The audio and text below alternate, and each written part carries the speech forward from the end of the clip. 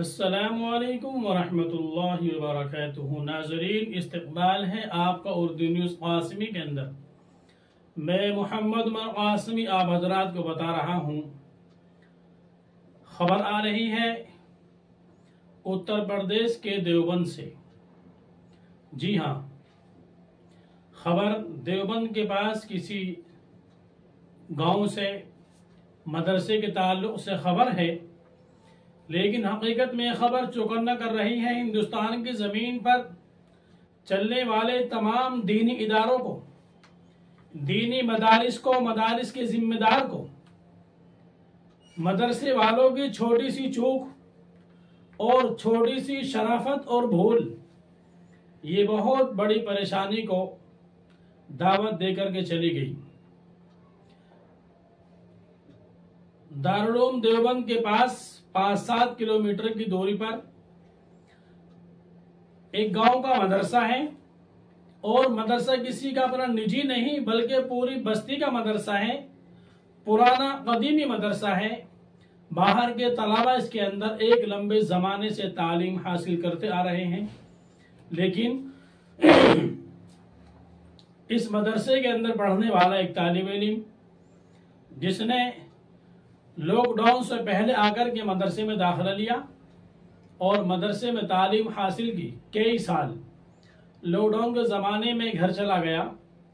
اس کے بعد وہ اپنے آدھار کارڈ کو درست کرانے کے لیے، صحیح کرانے کے لیے کس طریقے سے وہ دکان پر جاتا ہے، اپنے فنگر پرنٹ دیتا ہے، تو اس پر جو آن لائن ایڈریس شو ہوتا ہے وہ بچے کا نام بھی غیر ایمان والا ہے اور اس کے پتا کا نام بھی غیر ایمان والا ہے۔ اتنا تھا، ایک آتنکوادی ٹولے کو ایک موقع مل گیا اس بچے کو پریشان کرنے کا، اہل مدارس کو پریشانی میں ڈالنے کا۔ انہوں نے یہیں سے ہنگامہ شروع کر دیا۔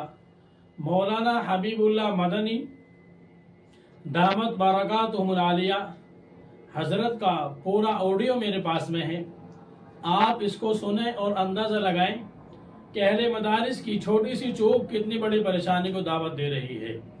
اس لیے تمام اہل مدارس سے اس بات کی گزارش ہے، اب جس طالب علم کا بھی، جس بچے کا بھی مدرسے کے اندر داخلہ لینا ہو، اس کے والدین کا ساتھ میں حلف نامہ یعنی ایفیڈیوٹ اس بات کا داخل کرایا جائے کہ ہم مذہب اسلام کے ماننے والے ہیں اور ہم مذہب اسلام کو فالو کرتے ہیں۔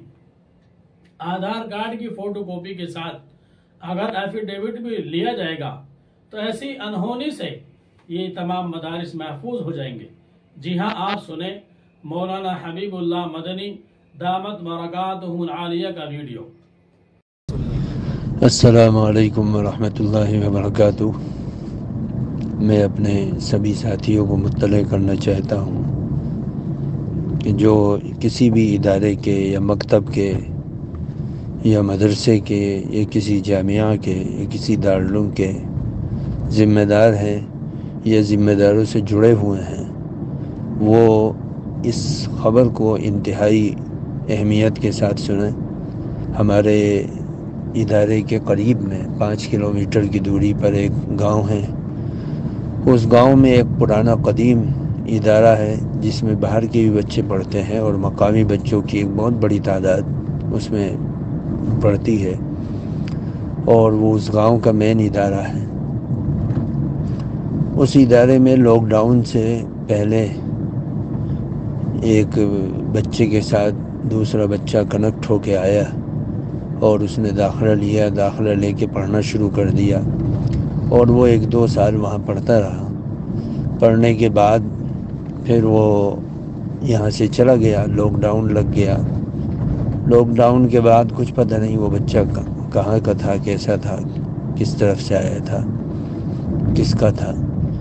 بہرحال وہ ابھی 10-15 دن پہلے اپنا آدھار کارڈ بنانے کے لیے جب گیا تو اس نے فنگر پرنٹ جب دیا تو اسکین ہو کے اس کا نام غیر مسلم اور اس کے والد اور والدہ کا نام بھی غیر مسلم دکھائی دیا۔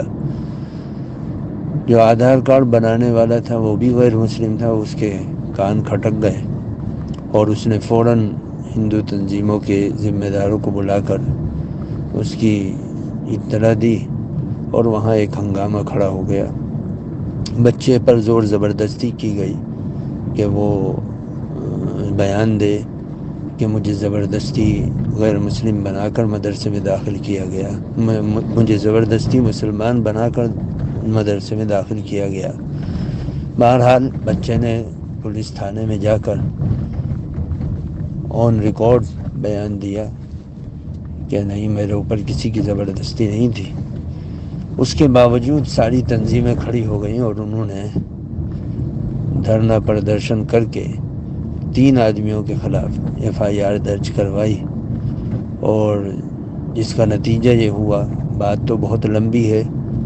بہرحال وہ مدرسے میں رات میں آئے 10 بجے کے آس پاس، پورا پرشاسن اور وزیر کو لے کر آئے، جو مرکزی سرکار میں بچوں کا اور عورتوں کا کے معاملات کا وزیر ہے، جس کا نتیجہ یہ ہوا کہ انہوں نے مدرسے میں آ کر آفس میں سارے رجسٹر اپنے قبضے میں کیے اور آفس کو کا تالا توڑ کر اس میں سیل لگا کے چلے گئے۔ بہرحال وہ لوگ میرے پاس آئے اور میں نے جو کچھ ان کی مدد کر سکتا تھا کرنے کی کوشش کی۔ اللہ کرے یہ معاملہ کسی انتہا کو پہنچے اور عافیت کا معاملہ ہو۔ بہرحال میرا اس پورے واقعے کو بیان کرنے کا مقصد یہ ہے کہ جو مساجد کے ذمہ داران ہیں یا مدارس کے ذمہ داران ہیں یا کسی بھی عوامی معاملات سے جو لوگ جڑے ہوئے ہیں، کبھی بھی خاص طور سے کوئی مہمان آپ کے ہاں آ رہا ہے یا کوئی آپ کے پاس ٹھہرنا چاہتا ہے یا آپ کے پاس بیٹھنا چاہتا ہے یا آپ سے 2 باتیں کرنا چاہتا ہے، کسی اجنبی آدمی کو اس کی زبان کی مٹھاس سے یہ نہ سوچیں کہ بھئی اس پر پورا اعتماد کیا جائے۔ بہر صورت ادارے کے ذمہ داروں کو تو خاص طور سے اس بات کو ذہن میں رکھنا چاہیے کہ کسی بھی بچے کا داخلہ، چاہے وہ عاقل ہو، بالغ ہو، نابالغ ہو، بہر صورت بغیر آدھار کارڈ کے، جو ایک پہچان ہے ہندوستان میں، آدھار ہی کو سب سے بڑی ID مانی گئی ہے، اس کے بغیر کسی کا داخلہ نہیں ہونا چاہیے۔ اگر اس کی ID مسلمان بچے کی شناخت کے روپ میں ہوتی تو مدرسے کے اوپر کوئی بات نہ آتی اور نہ کوئی FIR درج ہو پاتی، کیونکہ بچہ تو بیان دے چکا ہے کہ میں اپنی مرضی سے تھا۔ مدرسے والوں کی غلطی صرف یہ دکھائی دے رہی ہے کہ انہوں نے بغیر اس کی ID کے اس کا داخلہ لیا، بغیر کسی شناخت کے۔ بہرحال وہ تو کون صحیح ہے کون غلط ہے وہ تو جا کے عدالتوں میں اب جا کے فیصلہ ہوگا۔ بہرحال اس چیز میں ہر ادارے کے ذمہ دار کو خاص طور سے اس بات کا دھیان رکھنا چاہیے کہ بغیر شناخت کے کسی کو نہ ٹھہرانا چاہیے اور نہ ہی کسی کو اپنے ہاں داخلہ دینا چاہیے۔ اللہ عافیت رکھے، خیر سے مالا مال فرمائے، ہر طرح کی شرور و فتن سے ان اداروں کی، ادارے میں کام کرنے والوں کی، ادارے کا تعاون کرنے والوں کی حفاظت فرمائے۔ آمین یا رب العالمین۔ السلام علیکم ورحمۃ اللہ وبرکاتہ۔